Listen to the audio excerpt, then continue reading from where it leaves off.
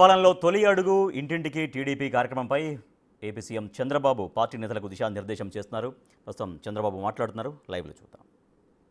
ఎన్నికల ముందు ఏ హామీలు ఇచ్చాం, ఈరోజు ఏ హామీలు మనం నెరవేర్చామో చెప్పే బాధ్యత మనందరిపైన ఉంది.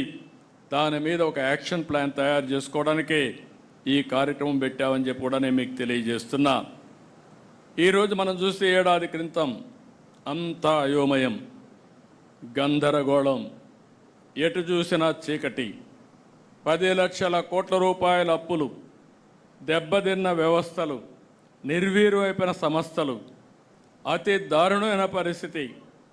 నేను 4వసారి సీఎం అయ్యాను.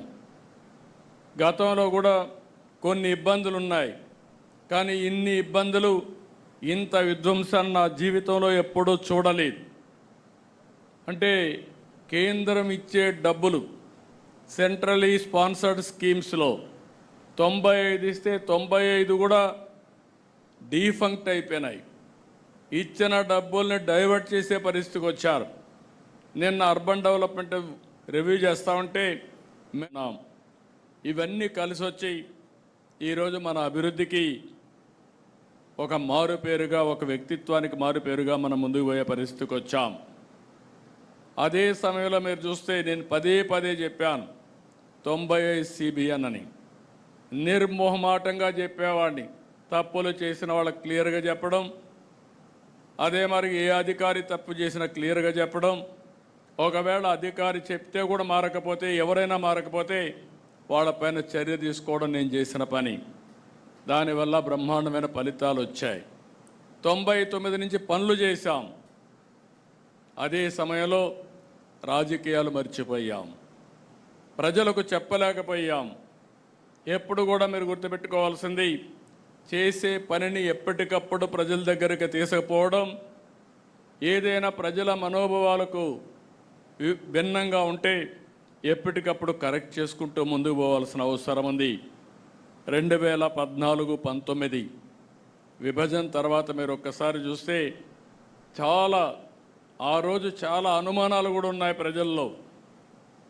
ఆ రోజు ప్రజలు ఆలోచించింది, ఆదాయం వచ్చే ప్రాంతాలు తెలంగాణకి వెళ్ళాయి, మనకు జీతాలు వస్తాయా, పింఛన్లు వస్తాయా, ఆదాయం ఎక్కడి నుంచి వస్తుందని చెప్పి బాధపడితే 5 సంవత్సరాలు ఎవ్వరికి ఇబ్బంది కలగకుండా అభివృద్ధిలో కానీ సంక్షేమంలో కానీ భారతదేశంలో నెంబర్ 1గా చేశాం. కానీ ఈ పరుగు పందెంలో మనం రాజకీయాలు మర్చిపోయాం. మనం చేసింది చెప్పలేకపోయాం.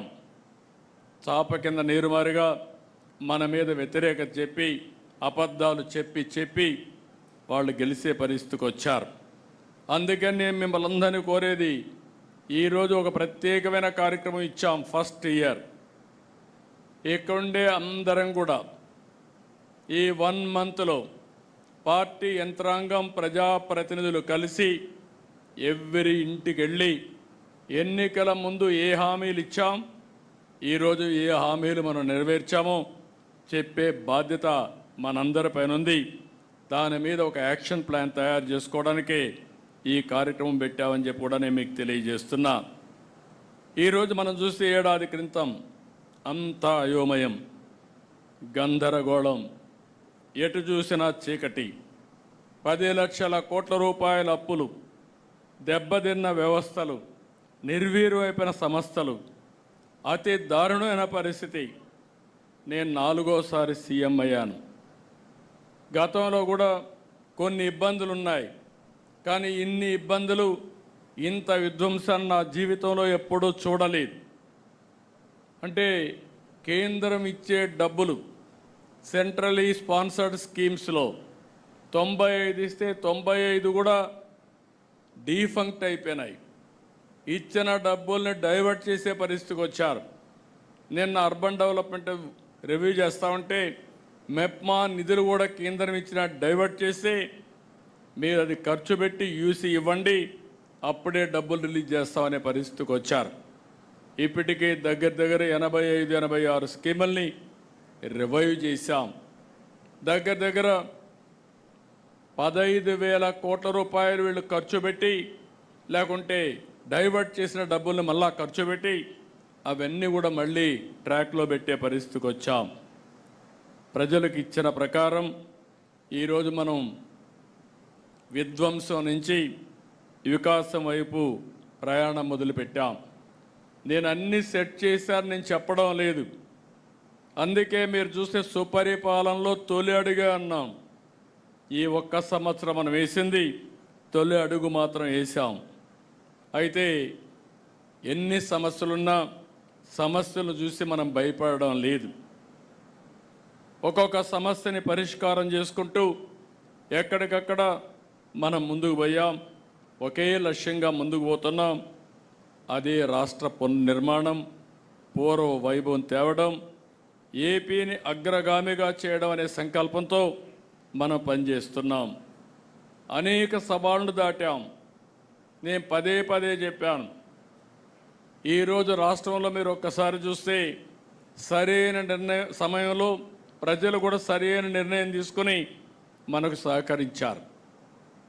మొన్న ఎన్నికల్లో మీరు చూస్తే అటు కేంద్రంలో ఎన్డీఏ ప్రభుత్వం వచ్చినప్పుడు మనం క్రూషియల్గా తయారయ్యే పరిస్థితికి వచ్చాం. ఎప్పుడు కూడా తెలుగుదేశం పార్టీని మీరు గుర్తుపెట్టుకోవాలి. బ్లాక్మెయిల్ రాజకీయాలు ఎప్పుడు మనం చెయ్యం.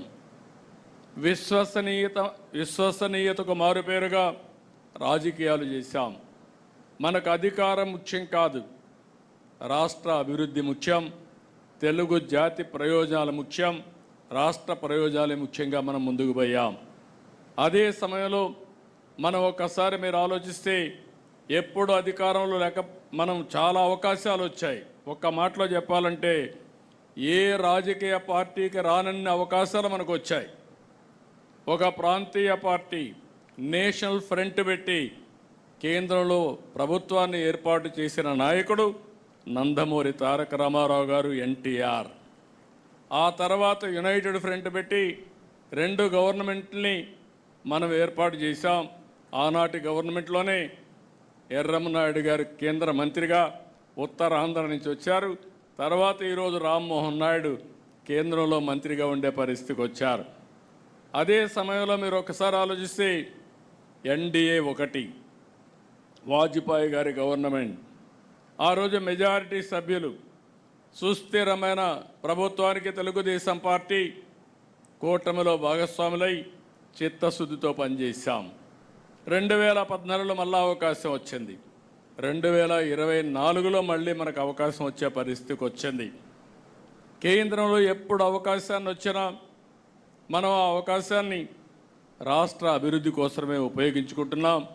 ఈ రోజు కానీ కేంద్ర ప్రభుత్వం కానీ సహకారం లేకపోతే వెంటిలేటర్ పైనుండే రాష్ట్ర ఆర్థిక పరిస్థితిని బయట తీసుకొచ్చే పరిస్థితి కూడా లేదు.